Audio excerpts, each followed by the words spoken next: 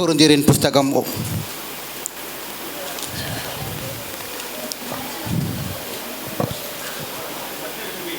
9ஆம் அதிகாரத்தை நாம் திருப்பிக் கொள்வோம். அதில் 24வது வசனத்தை நாம் வாசிக்க கேட்போம். பந்தய சாலையில் ஓடுகிறவர்கள் எல்லாரும் ஓடுவார்கள், ஆகிலும் ஒருவனே பந்தயத்தை பெறுவான் என்று அறியீர்களா? நீங்கள் பெற்றுக்கொள்ளத்தக்கதாக ஓடுங்கள். ஹல்லேலூயா. நாம் இந்த வார்த்தைக்காக நாம் ஜெபம் செய்வோம்.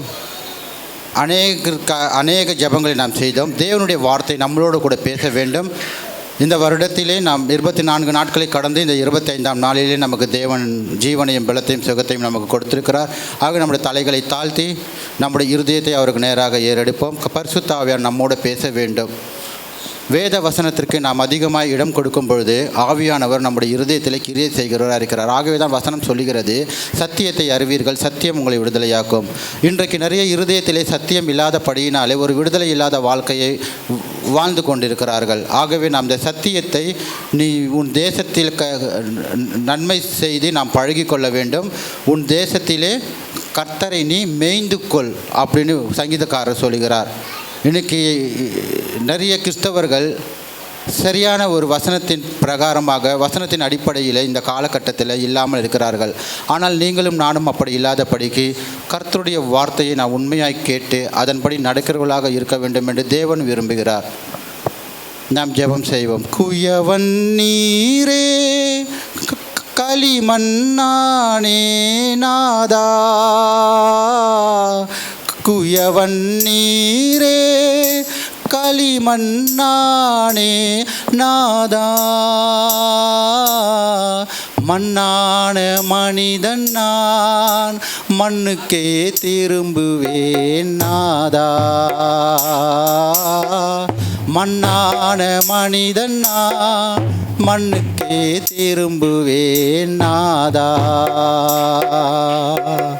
என் சித்தம் அல்ல உம் சித்தம் நாதா, என் சித்தம் அல்ல உம் சித்தம் நாதா, என்னாலே அல்ல உம்மாலேயாகும், என்னாலே அல்ல உம்மாலேயாகும்.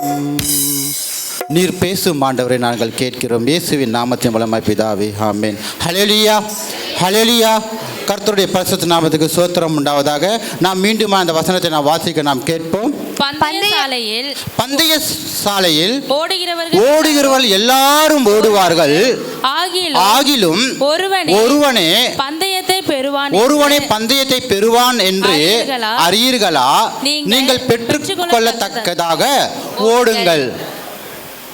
இங்கே கொரிந்து பட்டணத்தில் அப்போஸ்தலனாகிய பவுல், ஏனென்றால் ஜனங்களுக்குள்ளே நீங்கள் 1ஆம் அதிகாரம் 2ஆம் அதிகாரம்லாம் வாசிப்பீர்கள் என்றால், நான் பேதுருவினால் நான் ஞானஸ்தானம் எடுக்கப்பட்டேன், நான் இவரால் நான் ரட்சிக்கப்பட்டேன், இவரால் இப்படி பண்ணேன். அப்போ தான் பவுல் சொல்கிறாரு, பேதுருவா உங்களுக்காக சிலுவையில் அறையப்பட்டார். ஏன்னால் ஜனங்களுக்குள்ளே ஒரு வேறுபாடுகள் இருந்தது, ஜனங்களுக்குள்ளே ஒரு பிரிவினை இருந்தது.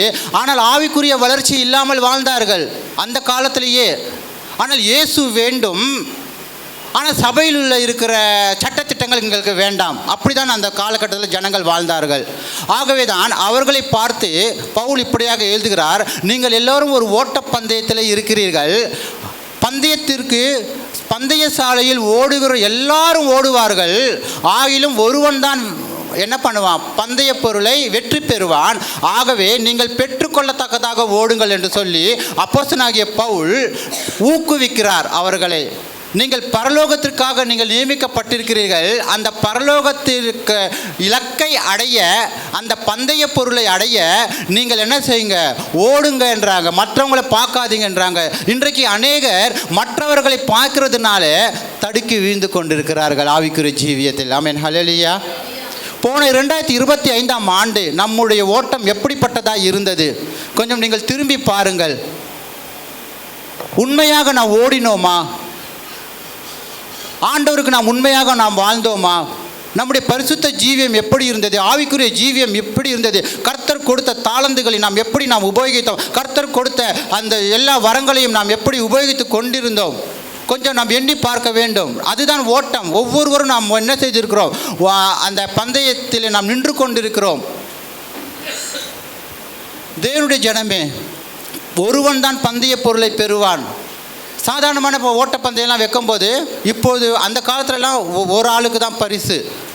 ஆனால் இப்பொழுது 3 பேருக்கு, ஃபஸ்ட்டு, செகண்டு, தேர்டு அப்படின்னு இருக்கு. ஆனால் அந்த காலத்தில் ஒலிவ மலை இலைகளை என்ன செய்வார்களாம், கிரீடமாக வைத்து அதை யார் வெற்றி பெறுகிறார்களோ அவர்கள் தலையிலே முடிசூடுவார்களாம். அதுதான். அதே 25ஆம் வசனத்தில் பாருங்கள், பவுல் சொல்கிறாரு, பந்தயத்திற்கு போராடுகிற யாவரும் எல்லாவற்றிலும் இச்சையடக்கமாக இருப்பார்கள். அவர்கள் அழிவுள்ள கிரீடத்தை பெறும்படிக்கு அப்படி செய்கிறார்கள். நாமோ அழிவில்லாத கிரீடத்தை பெறும்படி அப்படி செய்கிறோம் என்றாரு. எல்லாரும் இச்சை அடக்கமாக இருப்பாங்க. எப்படி இச்சை அடக்கமாக இருப்பாங்க? எந்த மனுஷனாவது ஓட்டப்பந்தயத்தில் கலந்துக்கும் போது நல்ல கோட்டு, சூட்டு, டை, கையில் ஒரு நல்ல வெயிட்டை வச்சுன்னு யாராவது ஓடி இருக்கிறது நம்ம பார்த்துருக்குறோமா? இல்லை. ஏனென்றால் அந்த பாரம் அவங்கள தடுக்கும், ஓட முடியாது. அவங்களோட ட்ரெஸ் எப்படி இருக்குமா, ஒரு கட் பண்ணினே அல்லது ஷார்ட்ஸ் போட்டுன்னு தான் இருப்பாங்க. அப்போ நான் அவங்களோட பாரத்தை என்ன செய்வது, லகுவாக்கும். அதுபோல் ஆவிக்குரிய ஜீவியத்தில் நம்முடைய பாவங்களை எல்லாம், நம்முடைய பாரங்களை எல்லாம் நாம் என்ன செய்ய வேண்டும், எல்லாவற்றையும் இறக்கி வைத்து விட வேண்டும். ஆகவேதான் மத்தேயு 11:29 வருத்தப்பட்டு பாரம் சுமக்கிறவர்களே நீங்கள் எல்லாரும் என்னிடத்தில் வாருங்கள் என்று ஆண்டவர் எப்போவோ சொல்லிட்டாரு. ஆனால் நிறைய பேர் அதை செய்கிறதில்ல. அதனால் அவங்களால என்ன செய்ய முடியல, அவங்களால சரியாக ஓட முடியல.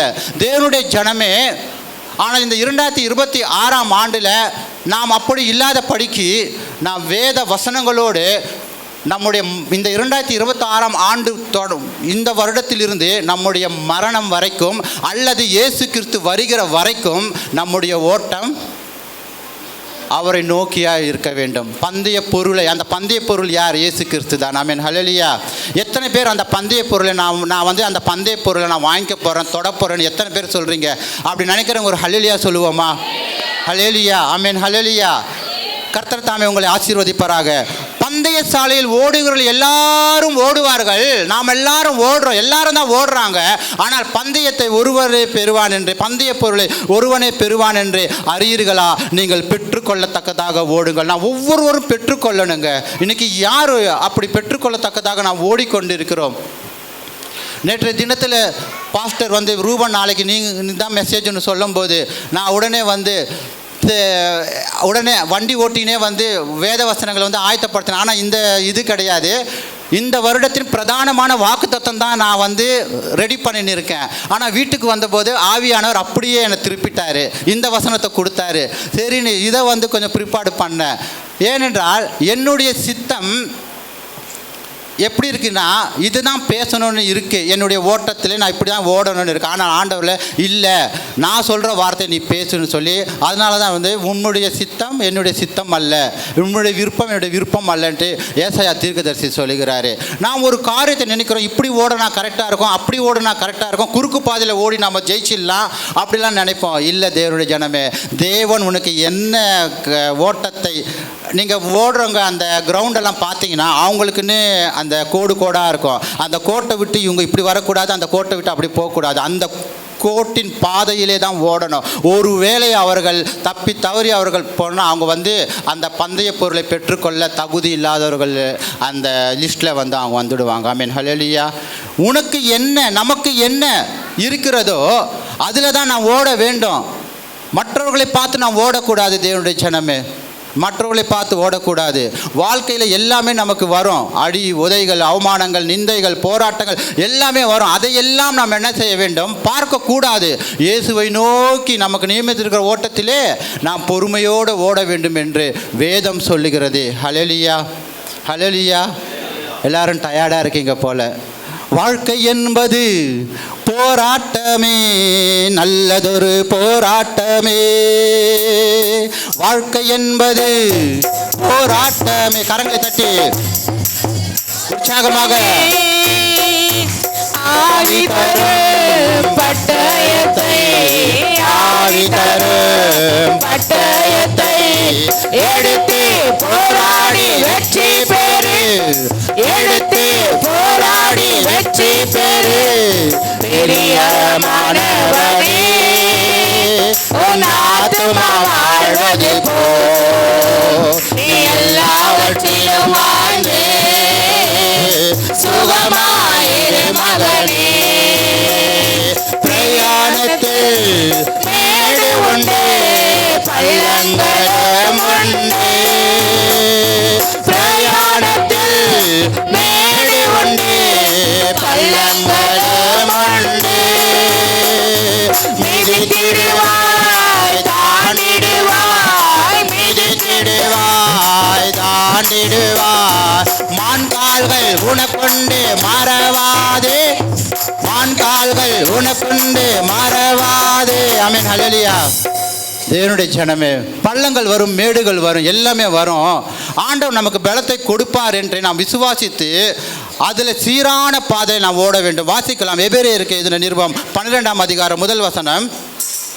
எபிரேயர் 12:1. ஆகையால் மேகம் போன்ற இத்தனை திரளான சாட்சிகள் நம்மை சூழ்ந்து கொண்டிருக்க பாரமான யாவற்றையும் நம்மை சுற்றி நெருங்கி நிற்கிற பாவத்தையும் தள்ளிவிட்டு விசுவாசத்தை தூக்குகிறவரும் முடிக்கிறவருமாய் இருக்கிற இயேசுவை நோக்கி நமக்கு நியமித்திருக்கிற ஓட்டத்தில் பொறுமையோடு ஓட கடவோம். மேகம் போன்ற இத்தனை திரளான சாட்சிகள். யார் அந்த சாட்சிகள்?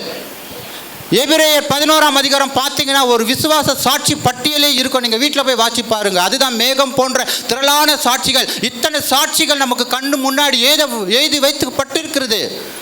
அவங்களாம் எப்படி வாழ்ந்தாங்க எழுதி வைக்கப்படுது. ஆபிரகாம் முதல் நமக்கு இரத்த சாட்சியாய் மரித்த தேவான் வரைக்கும் இருக்கிறது. தேவனுடைய ஜனமே, சாரி, சகரியா வரைக்கும் இருக்கிறது.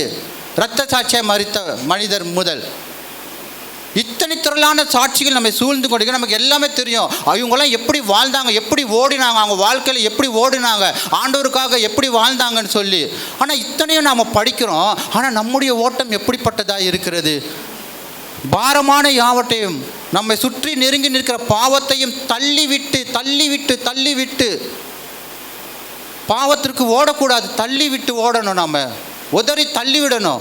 அடுத்தது விசுவாசத்தை தூக்குகிறவரும் முடிக்கிறவருமா இருக்கிற யாரை நோக்கி? யாரை நோக்கி? பாஸ்டரை நோக்கியா? ரூபனை நோக்கியா? இல்லை பெரிய அப்போஸ்தலர்கள், நல்ல ஒரு பிஷப்பு, இவங்களை நோக்கியா? இல்லை, இயேசுவை நோக்கி. ஆமென், ஹல்லேலூயா, ஹல்லேலூயா. இயேசுவை நோக்கி நமக்கு ஊழியக்காரர்கள் தேவன் கொடுத்திருக்கிறார். அவர்கள் மூலமாக சத்தியத்தை நமக்கு கொடுக்கிறார், தேவனுடைய வார்த்தையை கொடுக்கிறார். அதன்படி நாம் கேட்டு அதன்படி நடந்து இயேசுவை நோக்கி நமக்கு நியமித்திருக்கிற ஓட்டத்தில் எப்படி ஓடணும்? வேகமாக ஓடணுமா? பொறுமையாக ஓடணும்னு சொல்லப்படுகிறது. இன்னைக்கு ஆரம்ப காலத்தில் விசுவாசத்தில் ரட்சிப்புக்குள்ள பிரைஸ் தி லார்ட் பாஸ்டர், சோத்திரம் பாஸ்டர், ஹல்லேலூயா, ஆமென், ஓ ஆ உண்ணுவாங்க. 80 கிலோமீட்டர் வேகத்தில் ஓடினவங்களாம் இன்னைக்கு காணாமல் இருக்காங்க. 40 கிலோமீட்டர் பின்னாடி வந்து நின்றுன்னு இருக்காங்க. ஹல்லேலூயா. என்ன வாழ்க்கை ஓட்டம் இது? நமக்கு நியமித்திருக்கிற ஓட்டத்திலே பொறுமையோடு ஓடும், இயேசுவை நோக்கி ஓடணும். அவர் எப்படி வாழ்ந்தார் என்று எழுதப்பட்டிருக்கிறது. நமக்கு திரளான சாட்சிகள் இருக்கிறது, மேகம் போன்ற திரளான சாட்சிகள். பொறுமையோடு ஓடணும். இன்னைக்கு நிறைய பேர் வேகமாக ஓடி கையை காலெல்லாம் உடைச்சின்னு இருக்காங்க. ஆவிக்குரிய ஜீவியத்தில் போதுமடா சாமி இந்த வாழ்க்கை எனக்குன்னு சொல்லி. ஏன்னா அவங்களுக்கு பொறுமை இல்லை. உடனே ஃபாஸ்ட் ஃபுட்டு மாதிரி, துரித உணவகம் மாதிரி, 2 நிமிஷத்தில் நூடுல்ஸ் ரெடி ஆகிற மாதிரி அவங்களுக்கு உடனே எல்லாமே நடந்துடணும். ஒரு பொறுமை இல்லை. தேவனுடைய ஜனமே, வசனம் என்ன சொல்லுது? இயேசுவை விசுவாசத்தை தூக்குகிறவர் முடிக்கிறமா இருக்கிற இயேசுவை நோக்கி பொறுமையோடு ஓட வேண்டும், பொறுமையோடு ஓட வேண்டும். நமக்கு நியமித்திருக்கிற ஓட்டத்திலே நாம் அப்படி தாங்க ஓடணும். அப்படி ஓடணும். நம்மளுடைய ஆவிக்குரிய ஜீவியம் ஆசீர்வாதமாக இருக்கும், நம்முடைய குடும்பம் ஆசீர்வாதமாக இருக்கும். பிசாசு பாவங்களை கொண்டு வந்தாலும் அது நம்மை அணுகாதுங்க. நாம் பொறுமையோடு ஓடாதபடிக்கு இப்படிப்பட்ட உலக காரியங்களை நாம் வீழ்ந்து இருக்கிறத படியினாலே நாம் என்ன செய்கிறோம்? அந்த ஓட்டத்திலே நாம் இல்லாதபடி கீழே விழுந்து ஆவிக்குரிய ஜீவியத்திலே ஒரு வளர்ச்சியின் பாதையிலே இல்லாமல் இருக்கிறோம். வாசிக்கலாம். கொலேசியருக்கு எழுதின நிருபம் 2ஆம் அதிகாரம் 19ஆம் வசனம். 2ஆம் அதிகாரம் 19. கொலேசியர் தேவ தூதர்களுக்கு செய்யும் ஆராதனையிலும் விருப்பமுற்று காணாதவைகளிலே துணிவாய் நுழைந்து தன் மாம்சத்தினாலே வீணாய் இருமாப்பாய் கொண்டிருக்கிற எவனும் உங்கள் பந்தய பொருளை இழந்து போகும்படி உங்களை வஞ்சியாதிருக்க பாருங்கள். இன்னைக்கு பிசாசு எப்படின்னா அவன் டைரக்டா நேரடியா வந்து வஞ்சிக்க மாட்டான். குடும்பத்தின் மூலமாக வஞ்சிப்பான், நண்பர்கள் மூலமாக வஞ்சிப்பான், உறவினர்கள் மூலமாக வஞ்சிப்பான். அப்படி தான் அவன் வந்தான். நமக்கு ஆதி ஆகமத்திலேருந்து நம்ம பார்த்தோன்னா அவன் எப்படியெல்லாம் வந்தான்னு நமக்கு தெரியும். ஏவாளுக்கு சர்ப்பம் மூலமாக வந்தான், பேதுருவுக்கு நேரடியாகவே உள்ளே வந்து புகுந்தான். இன்னும் நிறைய சொல்லினே போகலாம், நேரம் இல்லை. நம்முடைய பந்தய பொருளை வஞ்சியாத படிக்கு நாம் அந்த பந்தய பொருளுக்கு நோக்கி ஓடிக்கொண்டிருக்கிறோம். அந்த பந்தய பொருள் நமக்கு வேணும், இயேசுவாக அந்த பரலோகம் வேண்டும், இயேசு வேண்டும். வேணால் இந்த பூமியில் இருக்கிற எல்லாமே ஒரு நாள் அழிந்து போய்விடும். அதை நோக்கி நாம் ஓடிக்கொண்டிருக்கிறோம். ஆனால் அதை நாம் இழந்து போகாத படிக்கு, உங்களை வஞ்சியாகாத படிக்கு எச்சரிக்கையாக இருங்கள். உடனே சொல்லுவாங்க, உடனே வீட்டில் கெஸ்ட் வந்துடுவாங்க. அதுவும் ஞாயிற்றுக்கிழமை பார்த்து தான் நம்ம விசுவாச குடும்பத்தில் விருந்தாளிங்க வருவாங்க. ஹல்லேலூயா. உடனே என்ன பண்ணுவாங்க, சபைக்கு போக மாட்டாங்க. விருந்தாளிங்க தான் முக்கியம். இயேசு முன்னே சிலுவை, விருந்தாளிங்க வந்துட்ட பிறகு விருந்தாளிகள் முன்னே, இயேசு பின்னே. ஆமென். ஹல்லேலூயா. எதுவாக இருந்தாலும் சரி, இயேசு தான் முன்னே. எனக்கு பாஸ்டர் ஃபோன் பண்ணும்போது நான் இரவு 9 மணிக்கு இன்னொரு ஊழியக்காரர் எனக்கு ஃபோன் பண்ணார். நான் பயந்துட்டேன், ஐயோ இவரு எங்கே மெசேஜ் கொடுக்க. சரி, நமக்கு பாஸ்டர் முன்னாடியே சொல்லிட்டார், அதனால் நம்ம இங்கே தான் போகணும்னு சொல்லிட்டு முடிவோடு தான் ஃபோன் எடுத்து நான் பேசினேன். அவர் வந்து, பிரதர் எனக்கு உடம்பு சரியில்லை, நீங்கள் வந்து கொஞ்சம் ஆராதனை வந்து பண்ணுறீங்களான்னு கேட்டாங்க. சரி டைம் இருக்குது, அதுக்குள்ளே இங்கே வந்துடலாம் சொல்லிட்டு.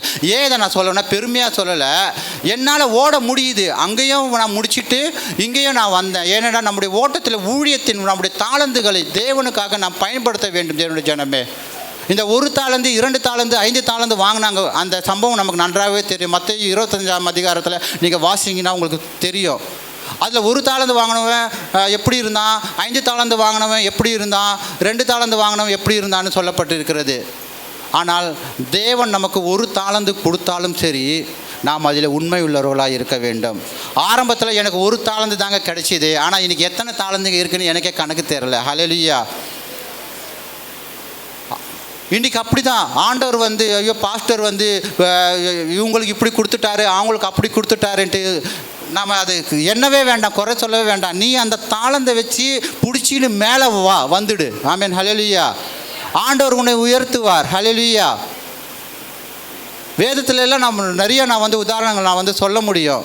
நான் 11:30க்குள்ளே முடிச்சுன்னு நான் நினைக்கிறேன். அதான் டைம் பார்த்துன்னே இருக்க, வேகமாக போயிடுறேன் நான். ஆக நமக்கு கொடுக்கப்பட்ட தாளந்துகளை நாம் உண்மையாக இருக்கின்ற உண்மையான ஒரு ஓட்டத்திலே நாம் ஓடிக்கொண்டு இருக்கிறோம். ஓட வேண்டும் தேவனுடைய ஜனமே. 1 தாளந்து வாங்கினவன் அவன் பூமியில் வந்து மண்ணுக்கில் வந்து புதைச்சின்னு இருந்தான். 5 தாளந்து வாங்கினவன் வந்து 10ஆம் மாற்றினான். ஆண்டவர் அவனை வந்து ஆசீர்வதிக்கிறார். 10 பட்டணங்களுக்கு அதிபதியாக இருன்றாரு. ஆனால் இன்றைக்கி நமக்கு நாம் எப்படிப்பட்ட தாளந்துகளை எப்படி நாம் தேவனுக்காக நாம் உபயோகப்படுத்தி கொண்டிருக்கிறோம்னு பாருங்கள். அவனுக்கு மட்டும் பெருசாக கொடுத்துட்டாரு, எனக்கு மட்டும் சின்னதாக கொடுத்துட்டாரு, அவனுக்கு மட்டும் அதை கொடுத்துட்டாரு, எனக்கு மட்டும் இதை கொடுத்துட்டாரு. பார்க்காதீங்க. இயேசுவை நோக்கி, இப்போ ஆண்டவரே நீங்கள் கொடுத்தீங்க, உமக்கு ஸ்தோத்திரம், இதை வச்சின்னு நான் உங்ககிட்ட வரேன் அப்படின்னு சொல்லி பாருங்களேன். ஆண்டவர் கண்டிப்பாக உங்களை உயர்த்துவார். அது எதுவாக இருந்தாலும் சரிங்க. நான் அப்படியாக தான் என்னுடைய ஆவிக்குரிய ஜீவத்தில் நான் அப்படியாக தான் நான் வாழ்ந்தேன். வேதத்திலெல்லாம் நிறைய பேர் வந்து உதாரணமாக இருக்கிறார்கள். நாமும் வேதத்தை வந்து என்ன செய்கிறோம், படித்து கொண்டிருக்கிறோம். மாயமான தாழ்மையில் வேஷம் போடுவாங்க. அதுதான் அங்கே கொலைசருக்கு எழுதப்பட்டிருக்கிறது. மாயமான தாழ்மையிலும் தேவ தூதர்கள் செய்யும் ஆராதனையிலும் விருப்பமுற்று காணாதவர்களிலே துணிவாய் நுழைந்தது. என்ன பகிரங்கமாக துணிவாக, அதுவும் திருவிருந்தில் என்ன துணிவா அந்த அப்பமாகிய சரீரத்தையும் இரத்தமாகிய திராட்சரசத்தையும், இது எனக்காக பிற்கப்பட்டது, எனக்காக இரத்தம் சிந்தப்பட்டது என்ற அந்த உணர்வோடு நாம் புசிக்கும் போது தேவன் எனக்காக எல்லாவற்றையும் செய்து முடித்தார். ஆனால் நிறைய பேர் பாவத்தை செஞ்சுக்கிட்டு, அதாவது வீட்டில் கணவன் மனைவிக்குள்ளே சமாதானம் இருக்காது. சில பேர் பாவத்தோடு வந்து துணிகரமாக வந்து அதை வாங்கி புசிப்பாங்க. நீங்கள் 1 கொரிந்தியர் 11ஆம் அதிகாரத்தில் அந்த திருவிருந்து பற்றி பவுல் அழகாக எழுதுகிறாரு. அபாத்திரமாய் போஜனம் பானம் பண்ணுகிறவர்கள் சிலர் ஆக்கணைக்குள்ளானார்கள் எழுதப்பட்டிருக்கிறது. ஆனால் நமக்கு நாமே மரணத்தை என்ன செய்கிறோம்? தேடிக்கொண்டு இருக்கிறோம். தேவன் நமக்கு ஜீவனை கொடுக்க விரும்புகிறார். நம்முடைய ஓட்டத்திலே நாம் உண்மையாக ஓட வேண்டும். தேவனுடைய ஜனமே, பந்தய பொருளை பெற்றுக்கொள்ளத்தக்கதாக நாம் ஓட வேண்டும். ஆகவே நாம் ஜாக்கிரதை உள்ளவர்களாக நாம் இருக்க வேண்டும். வாசிக்கலாம் இன்னொரு வசனத்தை. 1 தீமோத்தேயுவின் புத்தகம் 4ஆம் அதிகாரம் 12. 1 தீமோத்தேயு 4:12. உன் நிலைமையை குறித்து ஒருவனும் உன்னை அசட்டை பண்ணாதபடிக்கு நீ வார்த்தையிலும் நடக்கையிலும் அன்பிலும் ஆவியிலும் விசுவாசத்திலும் கற்பிலும் விசுவாசிகளுக்கு மாதிரியாயிருன்னா சாட்சியா இருக்கணும். இங்கே பவுல் தீமோத்தேயுக்கு எழுதுறார். தீமோத்தேயு ஒரு வாலிபத்தில் ஊழியத்தில் அடியெடுத்து வைக்கிறாரு. அப்பொழுது அந்த பவுல் எழுதுறார் தீமோத்தேயுக்கு, உன் நிலைமையை குறித்து ஒருவனும் உன்னை அசட்டை பண்ணாதபடிக்கு நீ ஜாக்கிரதையாக இரு. எப்படி இருக்கணுமா? வார்த்தையில், நாம் பேசுகிற வார்த்தை ஜீவனும் மரணமும் நாவின் அதிகாரத்தில். அது அடுத்தது நம்முடைய நடக்கை. இங்கே சர்ச்சில் வந்துட்டு வேற எங்கேயோ போய் உக்காந்துன்னு இருப்பாங்க. வசனம் என்ன சொல்லுது? துன்மார்கர் ஆலோசனை நடவாமலும் பாவிகள் உட்காரும் இடத்திலே உட்காராமலும் பரியாசக்கார் உட்காரும் இடத்துல உட்காராமலும் சொல்லி சங்கீதம் 1ஆம் அதிகாரம் 1ஆம் வசனத்தில் சொல்லுது இல்லைங்களா? ஆனால் ஆவிக்குரிய ஜீவத்தில் நாம் ஜாக்கிரதை உள்ளவர்களாக இருக்க வேண்டும் என்று வேதம் சொல்லுகிறது. வார்த்தையிலும் நடக்கையிலும் அன்பிலும். இதில் ஒவ்வொரு வார்த்தையில் நிறைய சத்தியங்கள் அடங்கி இருக்குங்க. எனக்கு நிறைய பேசணும்னு இருக்குது, டைம் இல்லை எனக்கு. இங்கே மொத்தம் வார்த்தை, நடக்கை, அன்பு, ஆவி, விசுவாசம், கற்பிலும் மாதிரியாக இருன்னு சொல்லப்படுகிறது. நான் சுருக்கமாக சொல்கிறேன். வாலிப பிள்ளைங்க, இங்கே இருக்கிற வாலிப பிள்ளைங்க, தயவுசெய்து ஆண்டவருக்கு இன்னும் அதிகமாக கிட்டி சேருங்க. வேதத்தை அதிகமாக, நான் எந்த சபைக்கு போனாலும் சரி, வாலிப பசங்களை குறித்து பாரத்தோடு நான் பேசுவேன். வேதத்தை அதிகமாக படிங்க, நல்லா ஜெபம் பண்ணுங்க. உன் நிலைமை குறித்து யாரும் அசட்டை பண்ணக்கூடாது. ஆமீன், ஹல்லேலூயா. அசட்டை பண்ணக்கூடாது. என்னடா அவன் சர்ச்சில் அப்படி இருக்கான் பாடுறா, வெளியே பாடுறா எப்படி இருக்கான் பாடுறா அவன் அப்படின்னு இருந்தால் அவனை மாதிரி இருக்கணும். சாட்சி சொல்லணும் உங்களை பற்றி. அப்படி இருக்கணும் வாலிப பிள்ளைங்க. பவுல் அதுக்காக தான் தீமோத்தேயுக்கு எழுதலை. இப்போ எல்லா சபைகளுக்கு இது வாசிக்கிறாங்க. இன்றைக்கு எத்தனை வாலிப பிள்ளைங்க பாருங்கள். நம்ம எப்படிப்பட்டவங்களாக நம் ஓட்டத்தில் நாம் நின்று கொண்டு இருக்கிறோம்? பரிசுத்த பாதையிலே நம்ம ஓடுறோமா? நமக்கு நியமித்திருக்கிற பாரத்தோடு யாரும் ஓடாது. உங்கள் பாரத்தெல்லாம் இயேசுகிட்ட கொடுத்துடுங்க. பாரமான யாவற்றையும் உதறி தள்ளிவிட்டு என்று நாம் வேதத்தில் நாம் வாசித்தோம். எபிரேயர் 12ஆம் அதிகாரம் 1 வசனத்தில் எபிரேயர் இல்லை இப்படியா எழுதப்பட்டிருக்கிறது. திரளான சாட்சிகள் நம்மை சுற்றி இருக்குன்னு சொல்லப்பட்டிருக்கு. அந்த சாட்சிகள்லாம் கொஞ்சம் கண்ணோக்கி பாருங்கள். ஆபிரகாம் எப்படி வாழ்ந்தார், ஈசாக் எப்படி வாழ்ந்தார் சொல்லி தொடர்ந்து அந்த சாட்சிகள் சொல்லப்பட்டு வருகிறது. ஆகவே நாம் வேதத்தை படித்து இயேசுவை நோக்கி நமக்கு நியமித்திருக்கிற ஓட்டத்தில் என்ன செய்ய வேண்டும்? நாம் பொறுமையோடு நாம் ஓட வேண்டும். தேவனுடைய ஜனமே, பிலிப்பியர் 3ஆம் அதிகாரம் 12-13. பிலிப்பியர் 3ஆம் அதிகாரம். நான் அடைந்தாயிற்று அல்லது முற்றும் தேறினவனானேன் என்று எண்ணாமல் கிறிஸ்து இயேசுவினால் நான் எதற்காக பிடிக்கப்பட்டேனோ அதை நான் பிடித்துக் கொள்ளும்படி ஆசையாய் தொடர்கிறேன். எப்படி தொடர்கிறாரா? ஆசையாய் தொடர்கிறேன். அடுத்தது, சகோதரரே அதை பிடித்துக் கொண்டேன் என்று நான் எண்ணுகிறதில்லை. ஒன்று செய்கிறேன், பின்னானவைகளை மறந்து முன்னானவைகளை நாடி கிறிஸ்து இயேசுவுக்குள் தேவன் அழைத்த பரம அழைப்பின் பந்தய பொருளுக்காக இலக்கை நோக்கி தொடருகிறேன். ஆமென், ஹல்லேலூயா. பவுல் எவ்வளோ அழகா, நான் அடைஞ்சாய். பவுல் எவ்வளோ பெரிய ஊழியக்காரருங்க. அவர் வேத சகல சாஸ்திரங்களையும் நன்றாக கற்று அறிந்தவர். மோசேயின் நியாயப்பிரமாணங்கள் முற்றிலும் கற்று நன்று தெரிந்த மனிதன். கமாலியின் பாதப்படியிலே மாணவனாக வளர்ந்த மனிதர் பவுல். அவ்வளோ பெரிய பவுல் என்ன சொல்கிறாரு? நான் அடைந்தாயிற்று. எனக்கு எல்லாமே தெரியும், பைபிளை நான் கரைச்சி குடிச்சிருக்கேன். இன்றைக்கி நிறைய பேர் அப்படி தான் சொல்கிறாங்க. நான் அடைந்தாயிற்று அல்லது முற்றிலும் தேறினவன் என்று நான் எண்ணாமல். என்ன தாழ்மை அந்த இடத்துல பாருங்கள்.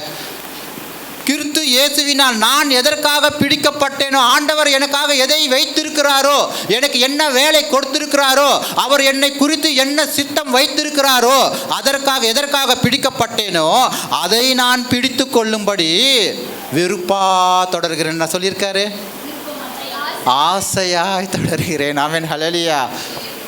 உண்மையாக இந்த பவுலோட நிருபங்கள்லாம் படிக்க வாலிப பிள்ளைங்க அதிகமாக பவுலோட நிருபங்கள் நீங்கள் படித்து பாருங்களேன். என்னோட வாழ்க்கையில் நான் பவுலோட நிருபங்கள் அதிகமாக படித்ததுனால தான் ஆண்டவர் இப்படிப்பட்ட ஊழியங்களை எனக்கு வந்து கொடுத்துரு. ஏன்னா பவுலோட நிருபங்கள் அப்படி நம்ம வந்து தூண்டுது, அவருடைய கடிதங்கள், அவருடைய நிருபங்கள் ஒவ்வொன்றுமே. அடுத்தது, அதை பிடித்து கொண்டேன் என்று நான் எண்ணுகிறதில்லை, நான் பிடிச்சிட்டேன். ஆனால் என்ன சொல்கிறாரு, ஆனால் நான் எண்ணுகிற ஒன்று செய்கிறேன், பின்னானவைகளை மறந்து அதாவது 2025ஆம் ஆண்டில் என் வாழ்க்கையில் தோல்வி வந்திருக்கலாம், அவமானங்கள் வந்திருக்கலாம், நிந்தைகள் வந்திருக்கலாம், போராட்டங்கள், அதையெல்லாம் நான் மறந்துட்டு முன்னானவைகளை நோக்கி நான் ஓடுகிறேன் என்றார். ஆமென், ஹல்லேலூயா. ஆனால் நிறைய பேர் இன்னும் பழைய வாழ்க்கையிலேயே வாழ்ந்து இன்னும் ஓட்டத்தில் ஓடினா அந்த பந்தய பொருளை எப்படி தொட முடியும்? அந்த பந்தய பொருளை எப்படி அந்த பரிசை எப்படி பெற்றுக்கொள்ள முடியும்? அடுத்தது என்ன சொல்கிறார் 14ஆம் வசனத்தில், கிறிஸ்து இயேசுவுக்குள் தேவன் அழைத்த பரம அழைப்பின் பந்தய பொருளுக்காக லக்கை நோக்கி தொடர்கிறேன் என்றார். தொடர்ந்து ஓடணுங்க. எனக்கு எல்லாமே தெரியும்னு யாரும் அப்படி சொல்கிறவன் அவன் முட்டாள் தான். ஆமென், ஹல்லேலூயா. அவன் அப்படி சொல்கிறவங்க அவங்க இன்னும் அதிகமாக வந்து தெரிஞ்சுக்கணும், அவங்களுக்கு ஒன்றுமே தெரியலன்னு அர்த்தம். ஏன்னா வேத சத்தியங்கள் கடலை விட மிக ஆழமானது. கடலின் ஆழத்தை கூட இப்போ கண்டுபிடிச்சிட்டாங்க. ஆனால் வேதத்தின் ஆழத்தை, அதோடைய மறைப்பொருள்கள், பொக்கிஷங்கள், புதையல்கள் எடுக்க எடுக்க எடுக்க எடுக்க வந்துக்கிட்டே இருக்குங்க. அதுதாங்க நம்முடைய வேதம். ஆகதான் பவுல் சொல்கிறார், அதை நோக்கி நான் ஆசையாய் தொடர்கிறேன், லக்கை நோக்கி ஓடுகிறேன், லக்கை நோக்கி தொடர்கிறேன் என்றார். இந்த 2026ஆம் ஆண்டு இந்த வருஷத்திலிருந்து நாம் ஜாக்கிரதையாக நம்முடைய பந்தய பொருளை ஒருவனும் வஞ்சிக்காத படிக்கு, நம்முடைய வாழ்க்கை ஜீவியை மசட்டை பண்ணாத படிக்கு நாம் ஜாக்கிரதையாக பொறுமையோடு என்ன செய்ய வேண்டும்? நாம் ஓட வேண்டும். தேவனுடைய ஜனமே, பொறுமையோடு நாம் ஓட வேண்டும். ஆகதான் பவுல் என்ன சொல்கிறார், இப்படியாக அநேக நிருபங்கள் எனக்கு தெரியும். நீங்கள் வீட்டில் போய் வாசிங்க. 2 கொரிந்தியர் 11ஆம் அதிகாரம் 22 முதல் 27ஆம் வசனம், அடுத்தது கலாத்தியர் 2ஆம் அதிகாரம் 20ஆம் வசனம், அடுத்தது எபேசியர் 4ஆம் அதிகாரம் 22, 24. நிறைய சொல்லணும்னு இருக்குது, நேரம் இல்லை. நான் வந்து முடிச்சிடுறேன். ஒரே ஒரு வசனத்தை மாத்திரம் நான் வாசிக்கலாம். கலாத்தியருக்கு எழுதின நிருபம் 2ஆம் அதிகாரம் 20ஆம் வசனம். கிறிஸ்துவுடனே கூட சிலுவையில் அறையப்பட்டேன், ஆயினும் பிழைத்திருக்கிறேன். இனி நான் அல்ல, கிறிஸ்துவே எனக்குள் பிழைத்திருக்கிறார்.